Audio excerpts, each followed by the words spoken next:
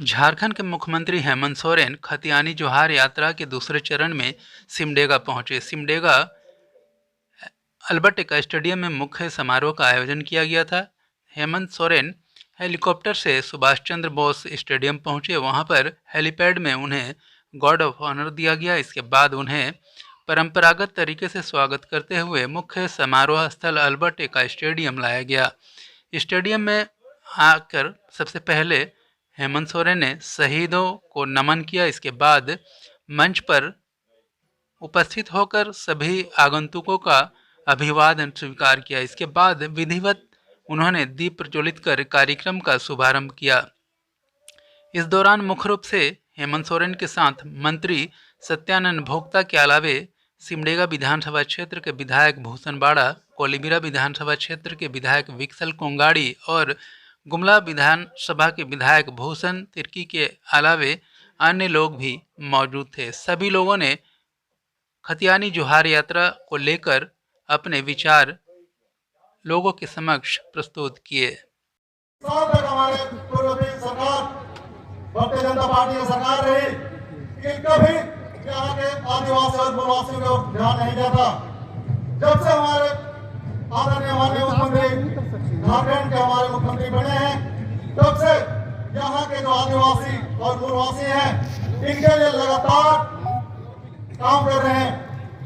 एक साहसिक और ऐतिहासिक कदम बढ़ा रहे हैं। जिस तरह से हम लोग देखते हैं यहाँ कि हमारे पूर्व सरकार या पूरा खजाना खाली करके चली गई थी। हम देखते हैं यहाँ कुछ भेजो ना, कि हमारे इस तरह कुछ भेजो ना, जो है हमारे मोबाइल वाला भेजो ना, हमारे पूरे देश के लिए पूरे संसार में मोबाइल से कोरोना महामारी आया था। इसके बावजूद भी हमारे माननीय मुख्यमंत्री अपना साहस दिखाते हुए यहाँ स्वयं रखते हुए इस चुनौती को इसका सामना किए। और हम लोग देख रहे हैं अभी जिस तरह से हमारे झारखंड राज्य में जिस तरह से ऐतिहासिक और साहसिक जो निर्णय ले रहे हैं, इससे निश्चित रूप से हमारा झारखंड एक विकसित राज्य बनेगा। जिस तरह हम लोग देखते हैं यहाँ कि वह खत्म हो गया। धर्म के नाम पर जो सताहट थी, चर्चों को ध्वस्त करने का आदेश आया था, ईसाई आदिवासियों को नौकरी से वंचित करने का षड्यंत्र रचा गया था, हमारे नौजवानों को रोजगार नहीं मिल रहे थे, ये सारा भय हमारे माननीय मुख्यमंत्री जी के दृढ़ संकल्प के कारण समाप्त हो गया भय। और हमारे नौजवानों को रोजगार के लिए भी रास्ता तैयार किया गया है। हमारे झारखंड के खतियान भाइयों के खतियान के आधार पर उनका पहचान होगा, चाहे वो आदिवासी हो, समान हो, चाहे जनरल हो। तीनों वर्ग के लोगों को तो झारखंडी है, उन्हीं को यहाँ पर नियोजन में और सारी सुविधाओं में प्राथमिकता मिलेगी। इस बात को लेकर हमारे माननीय मुख्यमंत्री हेमंत सोरेन जी ने खतियान को अपना आधार बनाया है। मैं हमारे माननीय मुख्यमंत्री जी को बहुत बहुत धन्यवाद देता हूं। और सिमडेगा की कुछ मांगे हैं। हाथी का यहाँ बहुत ज्यादा प्रकोप है, हाथी का स्थायी समाधान हो जाए, क्योंकि खाने को लेके ही लड़ाई है, तो हाथियों का खाने का प्रबंधन का योजना बने। और बिजली का यहाँ बहुत समस्या है, ट्रांसफार्मर की कमी है और कई गांवों में बिजली नहीं लगे हैं। पिछले सरकार ने बहुत गलत डीपीआर बनाया था। अब हमारी सरकार है, इन सभी चीजों पर हम ध्यान दें और स्वास्थ्य को भी बेहतर करें, डॉक्टरों की व्यवस्था यहाँ बेहतर हो। इसी बातों के साथ बहुत बहुत धन्यवाद और जोहार। यात्रा के कार्यक्रम में मुख्य रूप से उपस्थित झारखंड के महान हस्ती और महान योद्धा झारखंड के मुख्यमंत्री माननीय हेमंत सोरेन जी, इस मंच पर उपस्थित झारखंड के श्रम मंत्री सत्यानंद भोक्ता जी, इस जिले के कोलेबिरा के विधायक बिक्सर कुमारी जी मंच पर, और मंच पर उपस्थित इस जिला सिमडेगा के विधायक भूषण बाला जी, और मंच पर उपस्थित झारखंड मुक्ति मोर्चा के जिला कमेटी के सभी जिला अध्यक्ष, जिला सचिव और कांग्रेस पार्टी के जिला अध्यक्ष, जिला सचिव, और इस कार्यक्रम में शामिल तमाम छोटे बड़े माता पिता भाई बहन सभी सम्मानित लोगों को आप सभी लोगों को हम खतियानी जोहार जय जाकर करते हैं। ये चूंकि आज इस खतियानी जोहार यात्रा के कार्यक्रम में सिमडेगा में माननीय मुख्यमंत्री का कार्यक्रम में हम मेहमान के रूप में आज सिमडेगा जिला है, क्योंकि हम गुमला जिला के रहने वाले और झारखंड मुक्ति मोर्चा के हम विधायक होने के नाते इस कार्यक्रम में शामिल हुए। ये खतियानी जोहार यात्रा हमारे गुमला जिला में भी हुआ था, और उस कार्यक्रम में भी सिमडेगा जिला के लोग और तमाम जिला के लोग आए थे। हमने उन सभी लोगों का स्वागत किया था।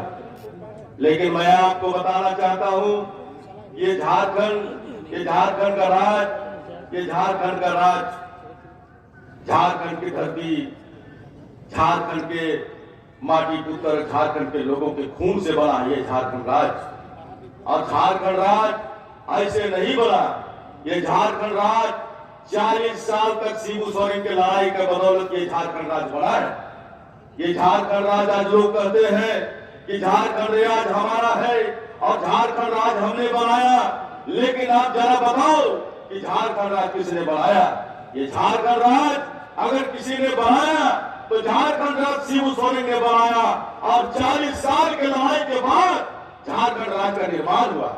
झारखंड राज के निर्माण होने के बाद झारखंड में आज 22 साल हो गया झारखंड राज के निर्माण का, और झारखंड राज के निर्माण के बाद भारतीय जनता पार्टी के शासन रही झारखंड में। भारतीय जनता पार्टी ने धोखे से यहाँ के आदिवासी मूलवासी के लोगों को धोखा देकर के सत्ता में काबिज होकर के इस राज्य में सत्ता संभालने का काम किए थे। भारतीय जनता पार्टी का बाबूलाल मरांडी से लेकर के रघुवर दास से लेकर के तमाम लोग झारखंड को संभालने का काम किए, लेकिन बाबूलाल के जमाने में क्या हुआ ये किसी से छुपा हुआ नहीं है। रघुवर दास के जमाने में क्या हुआ ये किसी से छुपा हुआ नहीं है। ये रघुवर दास की सरकार 5 साल रही पिछले बार, और 5 साल में झारखंड राज्य के आदिवासी मूल माटियों को यहाँ के खून से रंगने का काम किया था ये रघुवर दास, और खून से के मौका थे राज्य के आप लोगों के आशा विश्वास विकास पुरुष युवाओं के धड़कन माननीय मुख्यमंत्री हेमंत सोरेन जी, सिमडेगा 20 वर्ष के इनके शासन थे, कितने बार उन लोगों ने राज चलाया, लेकिन गरीब के विकास के लिए कोई भी काम गांव में नहीं हुआ। आज हमारे गठबंधन की सरकार माननीय मुख्यमंत्री हेमंत सोरेन के नेतृत्व में चल रही है, और सरकार बनते हैं आपसे छिपी हुई नहीं है कि कोविड-19 का प्रकोप पूरा देश, पूरा प्रदेश, गांव-गांव तक जड़ की तरफ फैल गया। कोविड से बचाने और बचने के लिए राज्य सरकार ने कई योजनाएं प्रारंभ की, और जो यहाँ से झारखंड से 8 लाख मजदूर दूसरे प्रदेशों में काम करने गए थे, उनको लाने के काम किए, घर तक पहुंचाने काम किए, और झारखंड को समान स्थिति बनाए रखने के लिए माननीय मुख्यमंत्री जी को बहुत बहुत धन्यवाद देते हैं। और कोविड काल में भी जो हमारे विकास का जो मापदंड है, जो संसाधन है, उसको रोकने के लिए काम हम लोगों ने नहीं किया। और अभी जो राज्य सरकार ने 1 वर्षों से कोविड काल के बाद कई महत्वपूर्ण निर्णय लिए हैं, जो 20 वर्षों में सरकार कभी काम नहीं किया था। हम कह सकते हैं जो 1932 का खतियान है, लोग सुनते थे और कहते थे, बोलते थे, लेकिन काम नहीं करते थे। 2002 में खतियान 1932 का खतियान लागू किया गया। पूरा गांव देहात में गाड़ियां चल रही थी, आदमी मार काट रहा था, ट्रेन चल रहा था, खून के धाराएं बह रहे थे। लेकिन आज माननीय मुख्यमंत्री जी ने जब 1932 से खतियान लागू किए तो माननीय मुख्यमंत्री के यहाँ मिठाई से, गुलदस्ता से, रंग से और अबीर से स्वागत कर रहे हैं। ये झारखंडी पहचान है। और पूरे झारखंड में जो गरीबों को आवश्यकता था, जरूरी था, जो लाभ से वंचित है, जिनके पास पदाधिकारी नहीं जाते थे, आप पंचायत पर गणाते थे, को मिलते भी नहीं थे, और जो मूलभूत सभी समस्या था गांव में, सबसे बुनियादी समस्या था पेंशन। पेंशन के लिए हमारे जितने बुजुर्ग टेंशन में रहते थे कि कौन सरकार आएगा कि हम लोगों को पेंशन देगा। किन्हीं का उम्र 60 बरस, 70 बरस, 75 बरस, लेकिन आज तक मोदी सरकार ने इनका सूद तक नहीं लिया।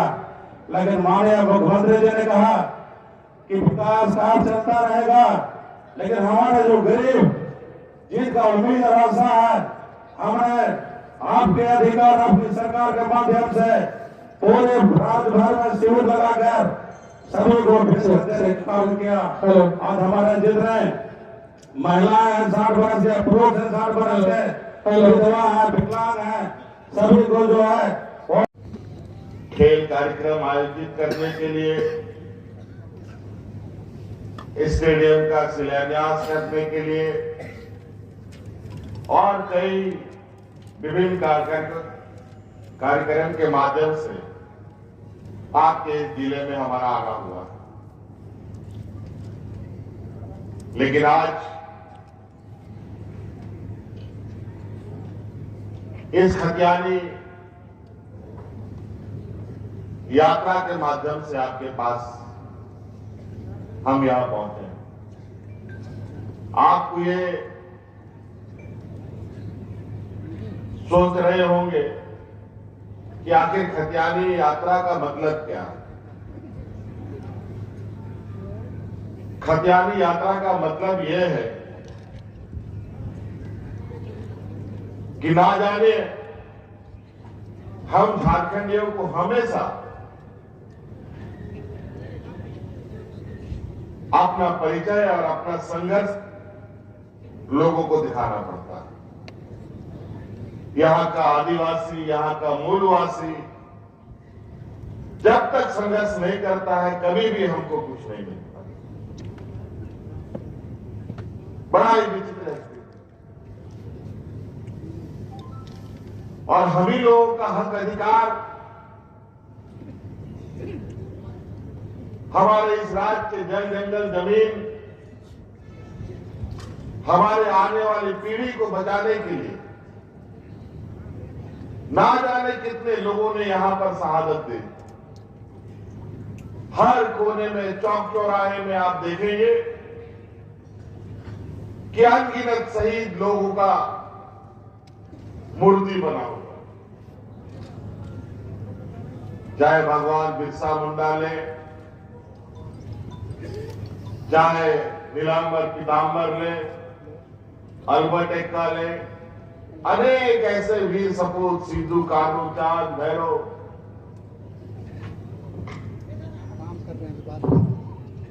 जयपाल सिंह मुंडा, अनेक लोग, और जो आदिवासी, दलित, पिछड़ा, अल्पसंख्यक है,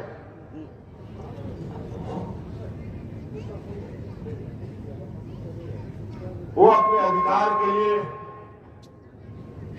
जीवन भर संघर्ष करता रहता है। आज इस खतियानी जोहार यात्रा निकालने के पीछे का मकसद यह है कि हमारे विपक्ष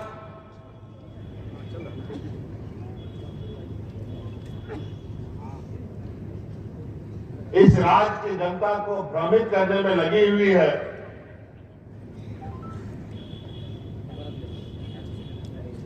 जैसे पहले हुआ करता था, जब इस राज्य को अलग करने का घोषणा आदरणीय दिसोमगुरु शिबू सोरेन जी ने किया, तो यही विपक्ष लोग बोलता था, अरे ये आदिवासी लोग क्या राज ले पाएगा, ये लोग तो हरिया दारू पी करके पेड़ के नीचे पड़ा रहे हैं। आज यही आदिवासी और मूलवासी मिलकर ये राज भी बना डाला। हेमंत सोरेन जिंदाबाद, जिंदाबाद, जिंदाबाद। हेमंत सोरेन जिंदाबाद, जिंदाबाद, जिंदाबाद। शिबू सोरेन जिंदाबाद, जिंदाबाद, जिंदाबाद। राज बन गया। हालांकि ये राज बनने में बहुत वक्त लग गया। ना जाने कितने हमारे आंदोलनकारी लोग शहीद हो गए, ना जाने कितनी महिलाएं विधवा हो गई, ना जाने कितने हमारे नौजवान भाई बहनों का सर से पिता का साया उजड़ गया। 35 साल 40 साल के बाद ये राज मिला। जब राज मिल गया तब यही विपक्ष लोग बोलता था, अच्छा चलो राज तो मिल गया लेकिन सरकार उनका नहीं बनेगा। बड़ा अजीब हालत।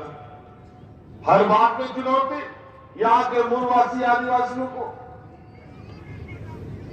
फिर 2019 में भी, और ये भी बात सही है कि राज अलग होने के बाद 20 साल तक यही लोग राज किया इस राज्य में, और बार बार यही हम लोगों को चिढ़ाता रहा, कुछ कर लो इस राज्य के गद्दी में यहां का मूलवासी आदिवासी नहीं बैठेगा। 2019 में हम लोगों ने भी कमर कसा। फिर एक इतनी मजबूत राजनीतिक लड़ाई हमने लड़ी कि 20 साल का इनका साम्राज्य उखाड़ करके हम लोगों ने बाहर फेंक दिया। हेमंत सोरेन जिंदाबाद, जिंदाबाद, जिंदाबाद। हेमंत सोरेन जिंदाबाद, और वो भी दिखा दिया कि यहां का खतियानी, यहां का मूलवासी और यहां का आदिवासी भी इस राज्य का गद्दी में बैठ सकता है। और आज 2019 के बाद आपका ये बेटा, आपका ये भाई, आपका ये नौजवान साथी इस राज्य के मुखिया के तौर पर खड़ा है। और बड़ा दुर्भाग्य, राज लेने में भी हम लोग को 40 साल 35 साल लग गया। कितना लोग मर गया पता नहीं इसमें, और सरकार बनाने में 20 साल लग गया।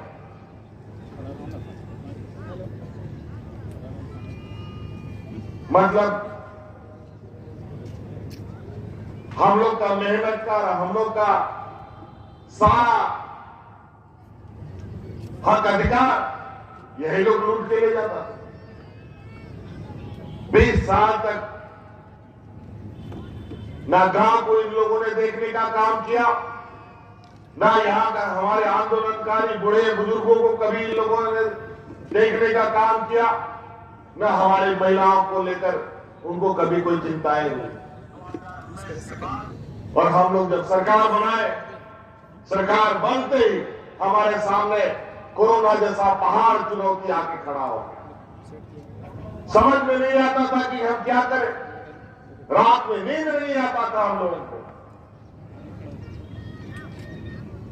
और उसमें और बड़ा विपत्ति कि हमारा इस राज्य की स्थिति 20 सालों में इन बेमानों ने इतना गंदा कर दिया कि सिमलिया ही एक ऐसा जिला है जहां पर से यहां बड़ी खबरें उठी कि यहां लोग राशन कार्ड हाथ में लेकर के भाग भाग करके मरा था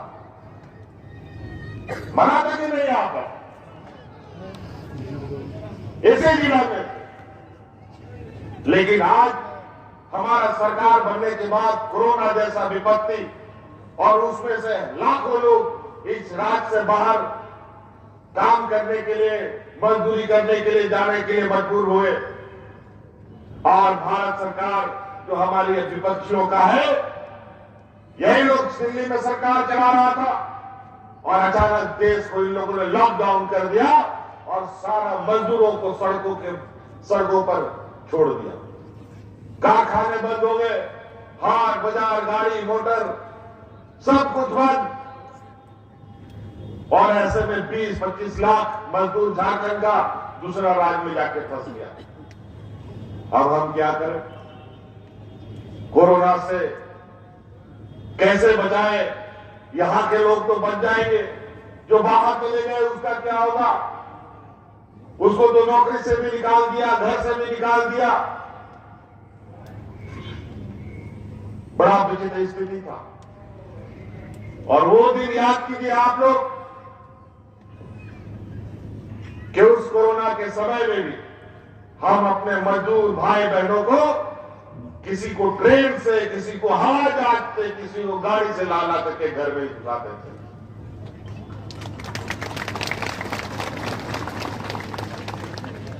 और यहां 20 सालों में सिर्फ मजदूर के अलावा कुछ नहीं पैदा हुआ। इन बेईमानों ने कभी हमारे यहां के मूलवासी आदिवासियों के लिए कोई चिंता नहीं की। और इस कोरोना में भी जहां मजदूर सबसे अधिक है, जब काम सब बंद हो गया, हाट बाजार बंद, कोई बाजार में काम नहीं, कोई फैक्ट्री नहीं चल रहा है, सारा टाटा जैसे कंपनी बंद हो गया। ऐसे स्थिति में मजदूरों का कितना बुरा हाल होता है आप सब लोग को मालूम है। बेचारा मजदूर अगर एक दिन नहीं खटेगा तो उसका चूल्हा नहीं जलेगा, उसका बाल बच्चा को भूखा सोना पड़ेगा। लेकिन ऐसे विषम परिस्थिति में भी हम लोगों ने एक भी आदमी को इस राज्य में भूखा नहीं मरने दिया। पूरे राज्य में गांव-गांव, पंचायत लोगों को खाना बना करके मुफ्त में खिलाने का हम काम कर रहे हैं। हम सैल्यूट करते हैं उन महिला दीदियों को जिन्होंने इस कोरोना में भी अपना जान जोखिम में डालकर पंचायत में खाना बना करके मजदूरों को खिलाने का काम करती थी। ऐसा स्थिति था। और एक दिन नहीं, 2 दिन नहीं, 2 साल तक ये स्थिति बना रहा। और 2 साल के बाद जब हम काम को गति देने शुरू किए तो इनके पेट में दर्द शुरू होने लगा। इनके प्रकार हमारे गति को रोकने का काम इन लोगों ने शुरू कर दिया, षड्यंत्र रचना शुरू कर दिया। आज गांव-गांव, पंचायत, टोला में जहां पदाधिकारी कभी जाता नहीं था,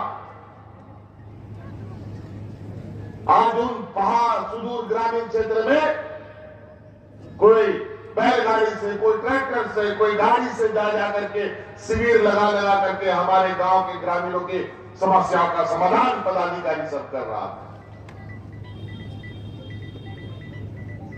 सरकार आपके द्वार कार्यक्रम के माध्यम से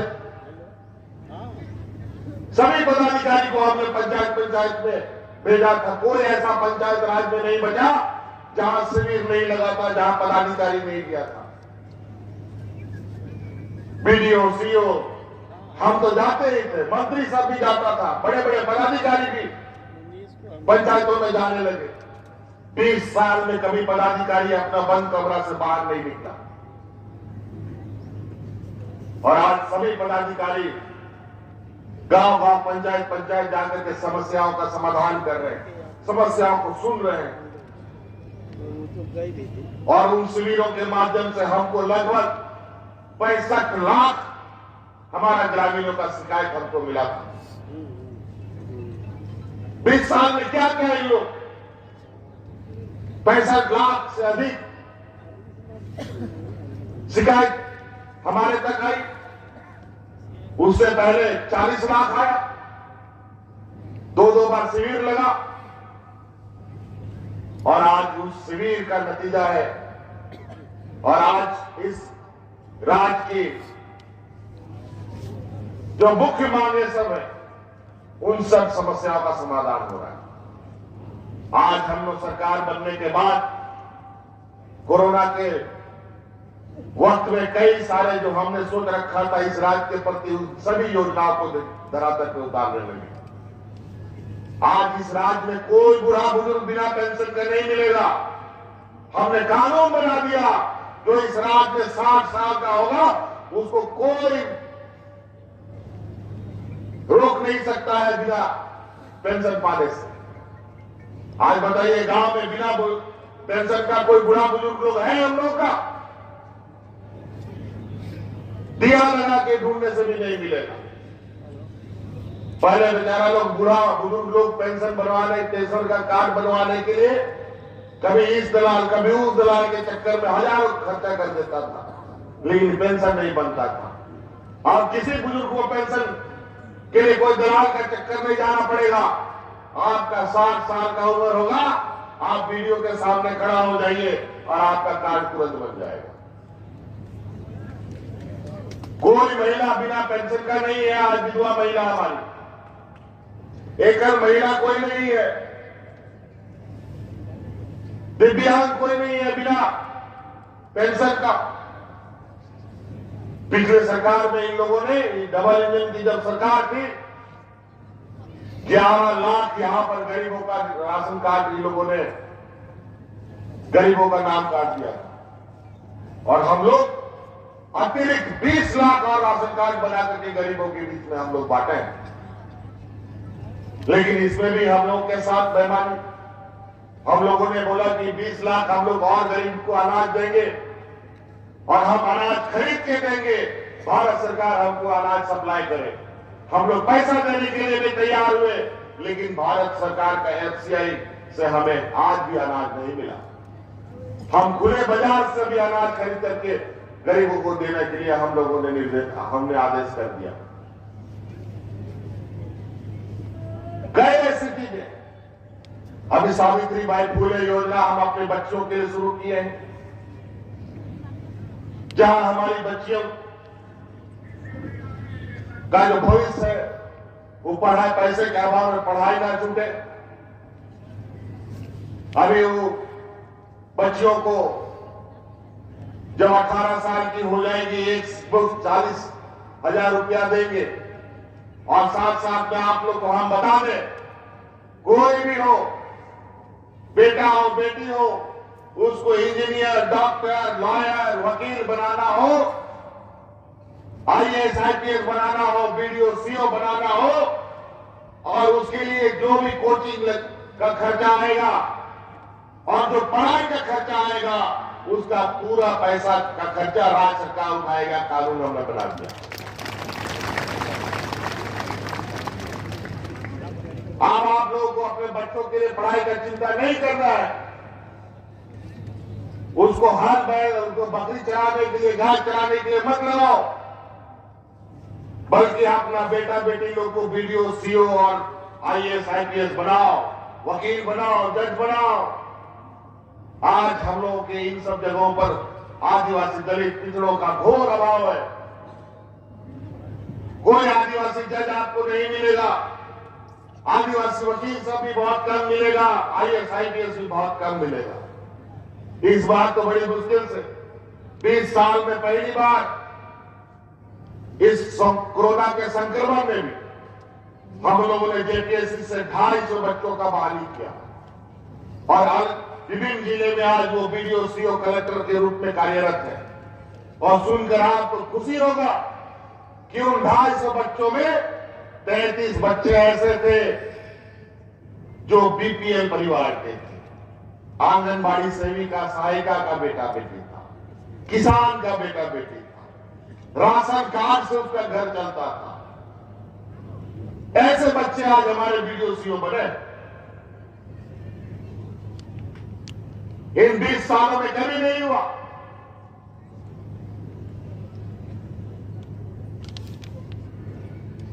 और अभी जब हम इस राज्य में कोरोना के संक्रमण 1932 का खतियान आधारित नियोजन नीति बना रहे थे, ताकि कम से कम 3rd 4th ग्रेड में 100% यहां का मूलवासी, यहां के आदिवासी बच्चों को नौकरी मिलता। लेकिन इन बेईमानों ने दूसरे राज्य से लोगों को, अपने कार्यकर्ता को बुलाकर हमारे कानून को चुनौती दी और कोर्ट से खारिज करवाया।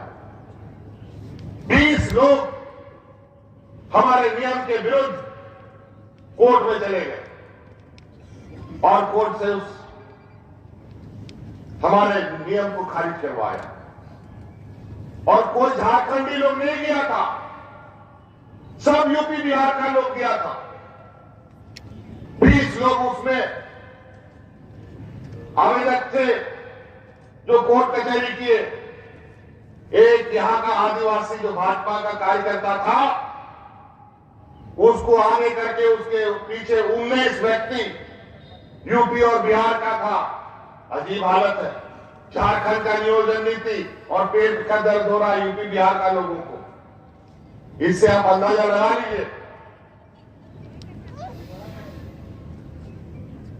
और इसीलिए हमने 1932 का खतियान 9वीं अनुसूची में डाला है। डालने का फैसला करके हमने भारत सरकार को भेजा है। और वो इसलिए भेजा है, जैसे हमारे इस राज्य में सीएनटी एसपीटी के वजह से यहां का मूलवासी आदिवासी थोड़ा सा बचा हुआ है। अगर सीएनटी एसपीटी ना रहता तो शायद यहां पर हम लोग आज इस माइक में भाषण देने की स्थिति में भी नहीं होती। आज उसी को और सुरक्षा कवच के लिए हम लोगों ने 1932 को आधार बनाने के लिए और उसको 9वीं अनुसूची में डालने के लिए भारत सरकार से कोकेट के पास अपना निर्णय भेजा है। यहां पर बड़े पैमाने में हमारे ओबीसी भाई साथी लोग हैं। जब राज अलग हुआ था तो उस समय यहां पर ओबीसीओं को 27% आरक्षण मिलता था, लेकिन इन्हीं की सरकार ने, इन्हीं के मुख्यमंत्री ने उन ओबीसीओं का 27% का आरक्षण घटा करके 14% कर दिया। मार बेचारे ओबीसी के सदस्य सड़कों पर हमेशा आंदोलन करते रहते थे, लेकिन कभी भी इस साल में इन लोगों ने निर्णय नहीं लिया। लेकिन आज यहां का मूलवासी आदिवासी सरकार ने ओबीसी को 27% का आरक्षण देने का भी निर्णय लिया। अजीब बात। और 1932 का खतियान बोलता है जो लगा, जिसको हाथ लगाएगा वो जल जाएगा।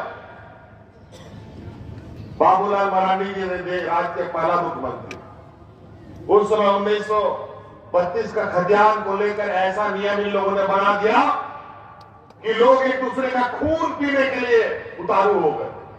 अनेक लोगों की जानें चली गई, अनेक पुलिसकर्मी की जानें चली गई। ये लोग जो भी कानून बनाते हैं वो एक दूसरे से लड़वाने का कानून बनाते हैं, द्वेष फैलाने का कानून बनाते हैं।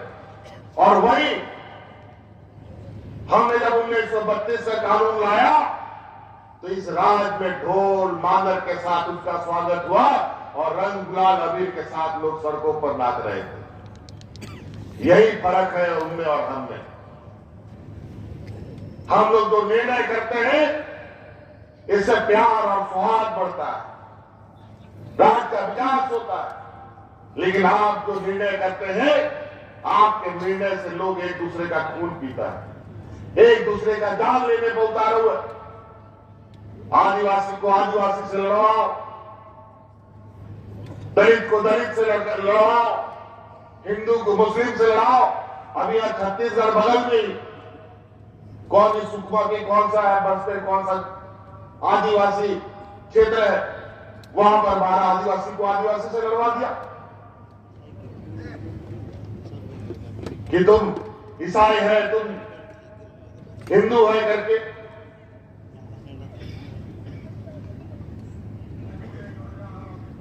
ये लोग बहुत सुनियोजित तरीके से यहां पर भी, हमारे यहां गिरिडीह जिला में जैन धर्मों के तीर्थ स्थल को लेकर वहां पर भी आदिवासियों के बीच में एक द्वेष भाव लाने का तैयारी किया गया।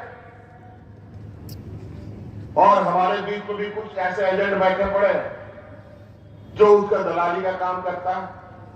और आपको हम बता दें, बहुत आने वाला समय में यहाँ के मूलवासी आदिवासियों के लिए चुनौती भरा दिन आने जा रहा है।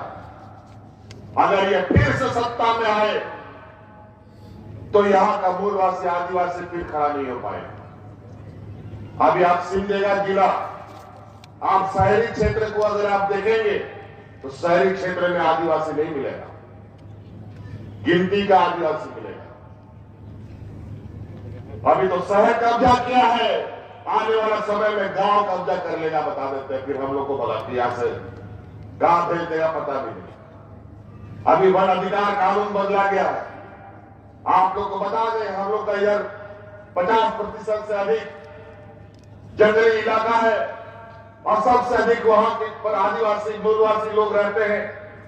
आज इन लोगों ने जंगल का कटाई हो, जंगल में खनिज संपदा निकालना हो, जंगल में और भी कोई गतिविधि काम करना हो, तो आप गांव की सहमति नहीं लिया जाएगा। ग्राम सभा का जो पहले कानून था उसको भी इन लोगों ने खत्म कर दिया।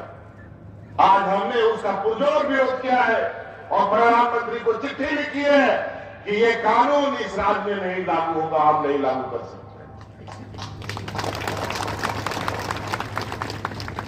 क्योंकि इस जंगल में हमारा आदिवासी मूलवासी रहता है। जंगल खत्म तो आदिवासी खत्म। आज जब हम हक अधिकार की मांग करते हैं तो हमारे पीछे एजेंसियां लगाई जाती हैं। तो हम बोले लगाओ, हमारे पीछे एजेंसी लगा के करोगे क्या? हम व्यापारियों का नेतृत्व थोड़ी करता है। हम बड़ा बड़ा बिजनेसमैन और व्यापारी का नेता थोड़ी है। हम नेतृत्व करता है यहाँ के नंगे भूखे, यहाँ के आदिवासी दलित पिछड़ा अल्पसंख्यक लोगों का हम नेतृत्व करता है। वो हमको क्या देगा बेचारा? हम तो इनको देने के लिए दिन रात लगे हुए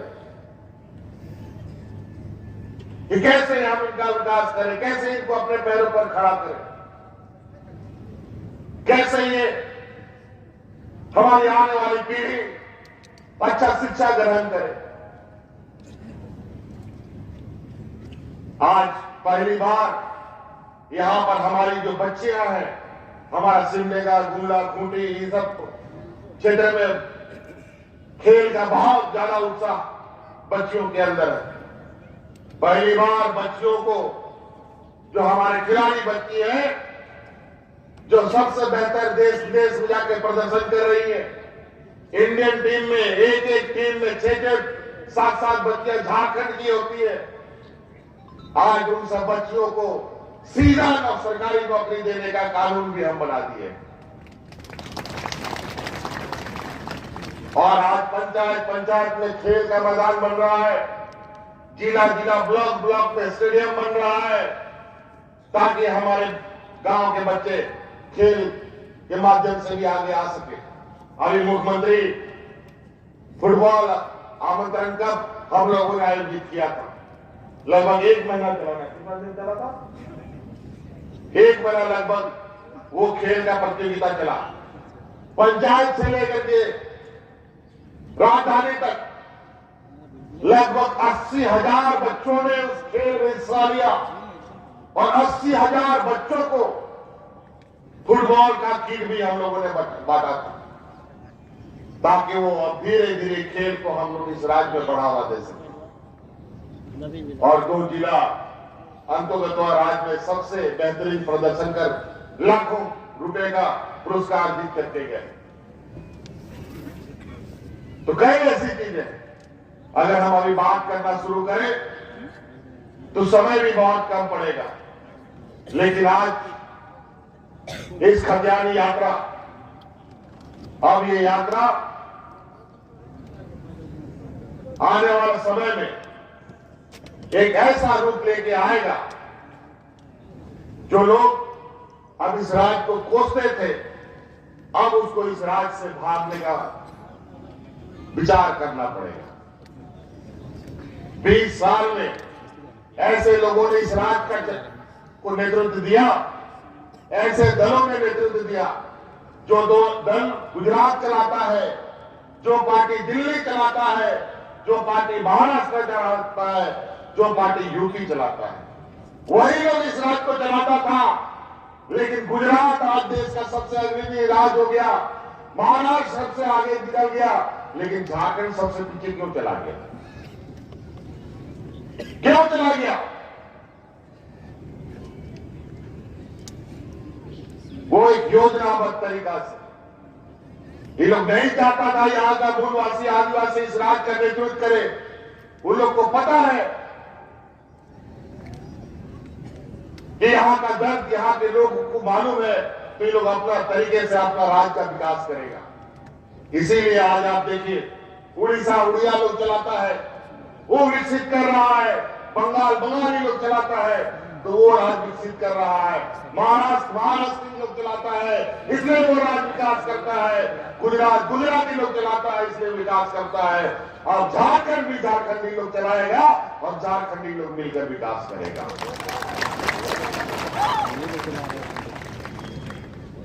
झारखंड को गुजराती लोग चलाएगा, झारखंड को छत्तीसगढ़ लोग चलाएगा। इसीलिए ये हाल हो गया इस राज्य। यही वजह। और एजेंट के रूप में कभी कभी बाबूलाल मरांडी जी को, कभी अर्जुन मुंडा जी को, कभी भी इन लोगों ने 5 साल उन आदिवासी मुख्यमंत्री को नहीं रहने दिया।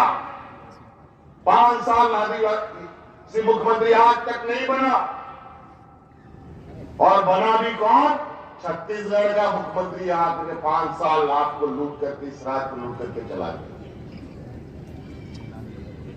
पूरा खोखला कर दिया। जब हमने सत्ता संभाला तो हमने देखा ये तो पूरा राज को ये लोग खाली कर गया। ये राज चलेगा कैसे? गरीबों का पेट हम भरेंगे कैसे? ये कोरोना का लड़ाई लड़ेंगे कैसे? अब तो कोरोना खत्म भी ठीक से नहीं हुआ है, जहां था अभी भी छिटपिट कर रहा है। अब सुखाड़ की भी स्थिति है। अब इस सुखाड़ में भी हम लोगों ने चुनौती लिया। आज उस सुखाड़ को लेकर 30 लाख किसान के अंदर हम लोगों ने भारत सरकार का पैसा आने से पहले अभी पहला चरण में 250 करोड़ रुपया डीबीटी के माध्यम से जिन जिन क्षेत्र में सुखाड़ पड़ा, जिन जिन खेतों में लोग किसान खेती नहीं कर पाए, उसके खाते में भेजने का हम लोग काम किए। अभी सावित्री भाई फूले के माध्यम से 9 लाख बच्चियों को हम जोड़ने जा रहे हैं, जहां लगभग आज के दिन में 6-7 बच्चियों को जोड़ चुके हैं और सबको खाते में पैसा जा चुका है। पहला ये राज्य है जहां पर हम अपना बच्चों को विदेश में ही पढ़ने के लिए भेज रहे हैं, यहां पर अपने खर्चे से। तो कई ऐसी बातें हैं, बहुत सारे चीजें हैं आप लोगों का यहाँ। मुझे लगता है आने वाले समय में, और हमारी भी ख्वाहिश है, अभी यहां बगल में उड़ीसा में वर्ल्ड कप हो रहा है, आप चिंता मत कीजिए। अगर हम लोगों की सत्ता आगे रही तो झारखंड में भी वर्ल्ड कप कराने का हम लोग ताकत रखेंगे। सोचो, हमारी लड़कियां, हमारे राज्य की सबसे अधिक इंडियन टीम में लड़कियां, और इस राज्य में खेल का कोई अता पता नहीं। आज इसीलिए सिमडेगा को, इसको टफ का हम लोगों ने स्टेडियम दिया ताकि यहां बच्चे खेल सके। यहां तो जूनियर हम लोगों ने हॉकी टूर्नामेंट भी कराया था कोरोना में। पूरे राज्य से बच्चियां यहां आई थी, कई कार्यक्रम हुआ भी यहां पर। तो कई चीजें हैं, इसलिए मेरा आज क्योंकि समय भी कम है, आज थोड़ा विलंब से आए, इसके लिए भी हम क्षमा चाहेंगे। लेकिन आप लोगों की यहां उपस्थिति से हमारा मनोबल बढ़ता है। आज चाहे कितना तूफान आए, कितना आंधी आए, कितना बड़ा तूफान आए, अगर इस राज्य का मूलवासी आदिवासी हमारे साथ खड़ा है तो इस राज्य का एक भी बाल बाका हम नहीं होने देंगे। आज यहां हमारे देखिए शिक्षक लोग हो, आंगनबाड़ी सेविका सहायिका हो, हमारा सरकारी कर्मचारी हो, सभी लोग। आज ये पुलिस सब बेचारा 5 साल, ये लोग भी कैसे खटाली किया इन लोगों को पता है। आज इनकी समस्या का समाधान, पहले मंत्री का घेराव, मुख्यमंत्री का घेराव होता था अपना अधिकार मांगने के लिए, और आज मंत्री मुख्यमंत्री का घेराव होता है धन्यवाद और आभार देने के लिए, मिठाई खिलाने के लिए, मंत्री को गुलाल लगाने के लिए। यही फर्क है इस सरकार में। लेकिन यहीं पर हम लोग का सफर खत्म नहीं है। अभी तो हम लोग पहला सीढ़ी चले हैं 20 वर्षों में। आज हमारे बुजुर्गों को जो बेचारे भटकते रहते थे, आज वो बुजुर्ग पेंशन लेकर के मान सम्मान से आज गरीबों को 10 रुपया में धोती साड़ी दे रहे हैं। आज सबको घर घर में अनाज। अभी हम लोगों ने अपना मांग किया, जब हम लोगों ने पूरा राज्य के हिसाब किताब किया तो 1,36,000 करोड़ रुपए भारत सरकार हमारा बकाया रखता है। जब हम मांगते हैं तो सीबीआई ईडी पुलिस भेज देता है मेरे पीछे, लोग चुप हो जाओ। और अभी हमको गरीबों को जब हमको आवाज देना है और देश के प्रधानमंत्री बोलते हैं इतना तारीख तक सबको आवाज दे देंगे, और अभी 8.5 लाख का आवाज हमको इस राज्य के गरीबों को देना है, इसका दरखास्त और इसका चिट्ठी पे चिट्ठी करते करते हम लोग थके हुए हैं। लेकिन 8.5 लाख आवाज अभी तक भारत सरकार हमको स्वीकृत नहीं किया। देखते हैं, उसका भी नहीं होगा तो उसका भी उपाय निकालेंगे, फिर मेहनत करेंगे, कोई ना कोई रास्ता निकालेंगे। लेकिन हम का ये वादा है हर लोगों से, जो हम लोग आप ही लोग के बीच से आए हुए लोग हैं, हम लोग उन लोगों को जैसा ढंग काम करना नहीं आता। हम लोग जो कहते हैं वो करके निभाते हैं, तभी इतने बड़े मंच में इतने भले समाज के बीच में लोग के सामने खड़े होते हैं।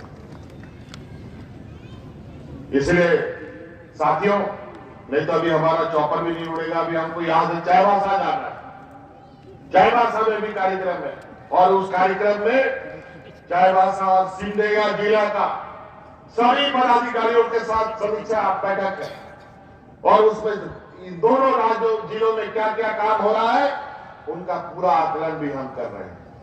ऐसा नहीं है कि कागज पत्थर में काम हो रहा है। अभी गिरिडीह जिला में हमने समीक्षा किया, गिरिडीह जिला में कई पदाधिकारी को फटकार लगी, कई लोग तो सस्पेंड भी हो गए। इस वजह से पदाधिकारियों को भी अब सचेत हो गया और ईमानदारी से काम करना पड़ेगा। जो काम चोरी करेगा तो उसको घर बैठाने का भी काम सरकार करेगी। इसीलिए इसका भी समीक्षा बैठक अभी हम लोगों ने कल रखा है, पूरा विस्तृत रूप में, कि कहीं काम में कमी तो नहीं आ रही है, लोगों के बीच में लोग पदाधिकारी जा रहे हैं कि नहीं जा रहे। इसलिए साथी, इन्हीं बातों के साथ अब हम लोग आप लोगों से विदा लेना चाहेंगे। बस थोड़ा सा ध्यान रखिएगा, ये लोग बहुत तरीके से जहर समाज के बीच में डालेगा, हिंदू मुस्लिम के नाम पर, सिख ईसाई के नाम पर। लेकिन ध्यान रहे कि आदिवासी अगर आदिवासी से लड़ेगा तो कहानी खत्म हो जाएगी। धर्म जात पर किसी को लड़ने का जरूरत नहीं है। धर्म जात से पेट नहीं भरता है, मेहनत करने से पेट भरता है, और ये लोग लड़वा नहीं कर। इसलिए हमेशा प्रयास रहता है कि जब तक लोग लड़ता रहेगा तब तक उसकी राजनीतिक रोटी पकती रहेगी। जहां लोग शांति से रहते हैं वहां इनकी जीत नहीं होती है, वहां वो हार जाते हैं। आज अगले वाले समय में यही फिर से हमें दोहराना है, ना हमें लड़ना है, ना इनके बहकाव में हमें आना है, बल्कि इनको आप यहां से बिल्कुल हमेशा के लिए खत्म कर देना है, ताकि झारखंड प्रदेश में अमन, चैन और शांति बना रहे, सब भाईचारे के साथ रहे। ये राज्य कभी किसी से झगड़ा नहीं करता। आदिवासी, दलित, पिछड़ा झगड़ा काहे के लिए करेगा? बेचारा वो तो अपना पेट भरने के लिए दिन भर मेहनत करेगा, झगड़ा करने का समय उसके पास का। लेकिन ये बेईमान लोग ऐसा जहर डालेगा कि आपको झगड़ा करने पर मजबूर कर देता है। इसीलिए बिल्कुल इनके बातों को ध्यान देना है, ना सुनना। चलिए, इन्हीं बातों के साथ बाकी सब लोग हमको निकलने के लिए कह रहे हैं। बहुत बहुत धन्यवाद आप लोगों का इस झारखंड खजानी यात्रा को मजबूती प्रदान